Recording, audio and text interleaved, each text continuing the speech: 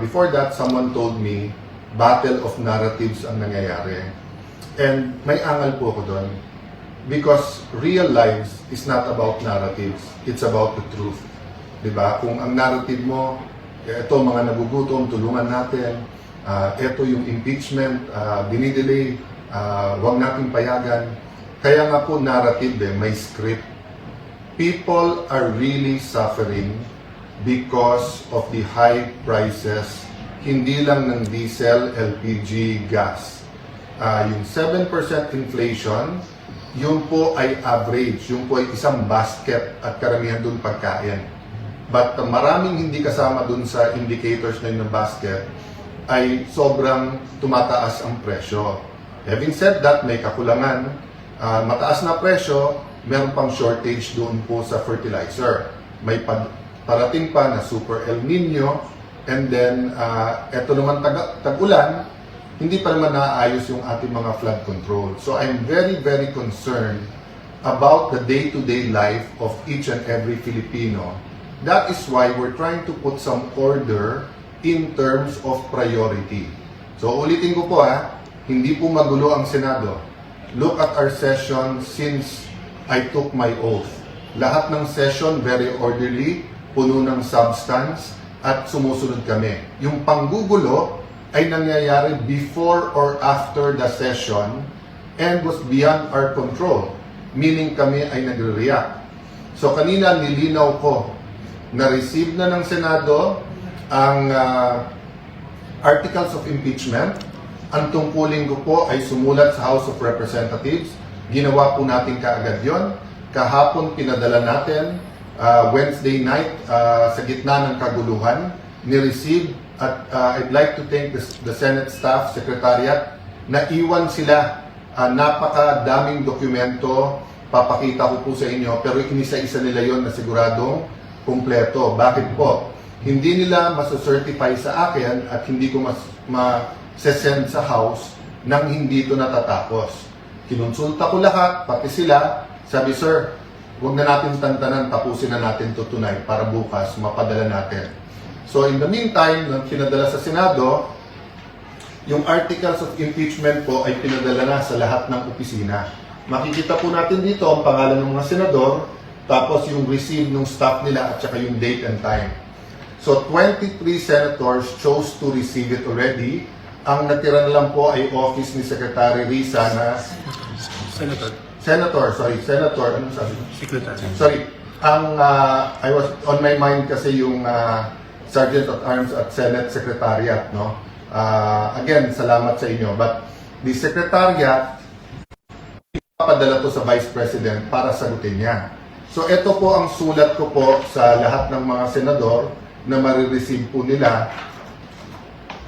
For the honorable members of the Senate, I write to inform you of the action taken by this office in connection with the impeachment against Vice President Sara Zimmerman Duterte transmitted by the House of Representatives. The Senate received the resolution of the House of Representatives setting forth the said articles of impeachment together with annexes thereto on May 13, 2026. On 13 May 2026, pursuant to Rule 1 of the Senate Rules of Procedure on Impeachment Trials and consistent with its mandate under Article 11, Section 3 of the Constitution, the Senate has taken proper order of the impeachment and shall immediately proceed to its consideration. This office has accordingly communicated the Senate action to the House of Representatives through a letter addressed to the Speaker of the House of Representatives dated 14 May 2026, which they received on that date. By the way po, nakausap ko rin po si Speaker sa phone noong May 13 at binanggit ko po na we will be replying at natanggap na po. Yes, kasi papunta or nandun na yung taga-House of Representatives. In view of the foregoing, the Senate shall convene as an impeachment court on 18 May 2026 at 3 p.m. in accordance with the applicable rules and procedure. You are hereby requested to be present at the session hall on the said date and time in observance of the solemnity of the proceedings and pursuant to the Senate Rules of Procedure Impeachment Trial. All senator judges are enjoined to wear their robes upon the convening of the impeachment court. Your presence and cooperation are essential to the properly orderly conduct of these proceedings. Yan po. So advice ko po sa mga minority senators kung pwede pong whether may group chat or meeting na po kayo, nag-meeting na po kami ng majority, mag-meeting po kami ulit. At so far, we're all in agreement na the rules that were good for the past impeachments are good for Monday, so hindi nyo ma-expect ang delay on our part. So, outside the Senate, kung sino man ang nagpapakana ng narrative na kaya nagpalit ng leadership para i-delay yung impeachment, it is absolutely not true. Lawyers are officers of the court.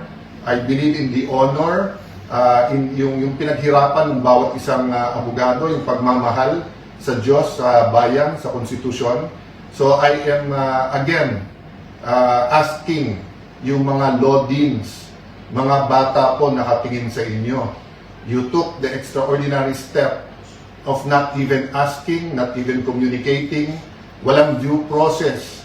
Pinagbintangan nyo po kami na yung change in leadership is denying due course or will delay the impeachment proceedings. So siguro naman po, with all humility, kaya nga kumpanyero tawag natin, kumpanyera. So sa korte, pag may nagkamali at sinabi, pasensya na kumpanyero, pasensya na kumpanyera, so tumimbre man lang kayo, hindi man lang kayo tumimbre, ngayon opportunity nyo to have a joint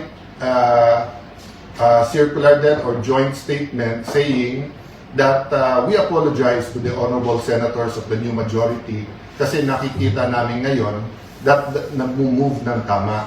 By the way, Lodins, yung ilan sa inyo criticize sa amin. Hindi ba sunod-sunod po na pinatunayan sa Supreme Court na tama po kami? Hindi ba bawat galaw in the past na umabot sa Supreme Court at hindi ba sa law school deans kayo mismo ang nagtuturo na kapag ka Supreme Court na nagsabi, yan ang batas. At hindi ba po may kasabihan po, no? Matagal na po ito. Hanapin ko po yung quote talaga, no? Na nagsasabing, we should be a nation of laws, not of men. So ano po ibig sabihin ito? Na kahit ano pong lakas, kahit anong kapangyarihan ng isang lalaki o babae o man or woman, ang batas ang nasusunod. So kung nag-a-argue tayong lahat, tapos may desisyon na ang Supreme Court, kayo pa rin ang tama. Yung po ba ituturo natin sa mga law students? So ngayon po, na sinabing agad-agad, sinabi pong forthwith, sinabing no delays, nasa lounge po ako at kinuha ko opinion, pati ng mga kasama sa minority. Sa Lunes po, hindi po yung majority ang magiging dahilan ng kahit anuman delay. Kailangan ko pong meeting at kailangan ko po i-announce sa inyo na may acting Sergeant at Arms tayo. Bagamat ginawa lang ng Sergeant at Arms sa kanyang trabaho at prinotekta ng integridad ng Senado, ipasok ko lang po yun. Kayo po, pag may pinagsabihan na kayong isang grupo, huwag na kayong lumapit sa bahay namin. Nagkokos kayo ng tension. At sinabi ng grupo na yun na armado, sige sir, hindi na kami lalapit dyan. Tapos nakita mo, umaligay sa bahay mo. May dalang mahahabang armas. Lumabas yung security guard at sinabing, boss, umalis na kayo. Hindi pa rin umalis. Hindi mo naman matawag ang pulis. Dahil nandun na sa pulis sa labas na ilang libo. May pulis ka naman sa loob. May marines din sa loob. At pagkatapos, nung nag-warning shot ka, bumaril pa punta naman sa inyo. Anong gagawin nyo sa bahay nyo? Hihintayin nyo, nalusubin kayo at i-overwhelm kayo ng mga may armas? Or you will defend yourself? So, I am really concerned about Monday because this week nakita po natin simula sa pagpasok ng mga NBI sa Senado noong Monday hanggang sa ginawa noong Wednesday night. At ano ang sinabi ng aming mga kasamahan ng Senador? Disgusted daw sila sa nangyari. Wala man pong outrage, wala man pong pagkakaisa. Dati po, may madapa lang po isang senador, lahat po concerned na dati po may threat lang po sa sasakyan ng senador o dun sa loob ng session hall, may konting gulo lang, nagkakaisa. Pero ito po, sa buong pangyayari, wala man nangamusta kami sa amin kung buhay pa kami, kung ano nangyayari sa amin. And then pagkatapos, napakabilis nung narrative na drama ito. Napakagaling naman po namin magdrama. na yung NBI nahila namin at naisama namin doon. Ito po ang isang matrix ng Estrada at Corona impeachment. So my staff is here. We're going through it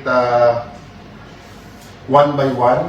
We're looking at the possible calendars to propose, not only to the majority, minority, to all members. What do we mean by calendar? We can have hearings Monday to Friday. We can have hearings Monday to Thursday. We can have hearings Monday to Wednesday. We can do it half day. We can do it full day. We can have a pre-trial. Pwedeng walang pre-trial.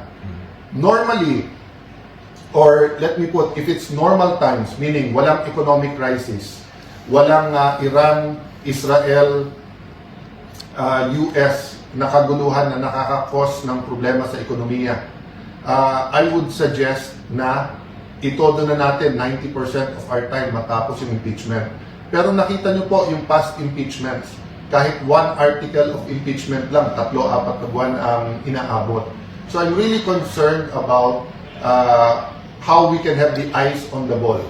Yes, we will have to multitask. That is our duty and we will do that. But how much time do you spend every day on each task is very important. And it's getting harder because of certain people who want to sabotage the impeachment process because of their narrative or because of 2028. Let's forget the future next year, 2028. Dito mumunta day by day yung kakainin ng ating mga kababayan, yung pamasahin ng ating kababayan, kung yung mga nawawalan ng trabaho sa ating mga kababayan. Dito muna tayo sa day to day. So kung gusto niyo ako tanggalin Monday, sige, trabaho muna tayo till Sunday. Gusto niyo akong tanggalin ng Tuesday, trabaho muna tayo till Monday. But stop these plots and stop lying to the President. No? Yung NBI, please, marinig nyo kami. Lahat ng may konsensya sa gobyerno, isuspend muna natin yung NBI Director. If you suspended the Sergeant at Arms, suspend also the NBI Director para parehong imbestigahan. Sabi ng Pangulo, independent investigation. If we do that, then baka may pag-asa po tayo, no? And prevent any other plots. As I talk, as we work, maraming nagmi-meeting para lalo po tayong guluhin. We may disagree with each other on many things. Religion, economics, politics, no? Culture. Napakaraming dahilan na tayo'y magkagulo. Napakaraming dahilan na hindi tayo magkaisa. But siguro naman, we can agree on a common direction, a common destination. So, dun sa nakikinig, who doesn't like the new majority or doesn't like me, where do you want the country to be? What's the direction? O dun naman po sa kamping-kampe, ano yung gusto nyo sa ating bansa? Di ba pareho? Hindi ba ang pinag-aawayan lang natin dalawa? How to get there and who will lead us? So, let's have a leadership that coalesce. Ba't hindi tayo magtulong-tulong? Then why don't we draw a roadmap paano tayo makakarating doon? Sa bawat problema po, may solusyon. But hindi po solusyon ang ubusin ng kalaban. You know, you cannot kill an idea. No, we have different ideas. So let's see which is the majority idea. Let's see if we can collaborate, cooperate. No? So, uli, matatanggap po yung sulat na to. Friday pa lang naman po. I don't think there's any problem. And I hope wala din maging problema sa Lunes. Sa ating mga kababayan, please pray for us. Kung sasabihin niya iba, I don't like you, well, sabi po sa Biblia, love your enemies, pray for your enemies. So, if we can pray for our loved ones and we can pray for our enemies, may hope po tayo. Pag-pray niyo po that our leaders will open lines, build bridges. Marami po ngayon gustong pasalugin po yung mga tulay para hindi mag-usap-usap. Marami po ngayon gustong i-cut yung linya. Alam kong wireless na ngayon, but imagine yung type na telepono, lahat may wire. Gustong putulin yon para walang pag-uusap, para sa sarili lang interest. Huwag po natin payagan yan. So magandang hapon po. I hope everyone has a peaceful weekend.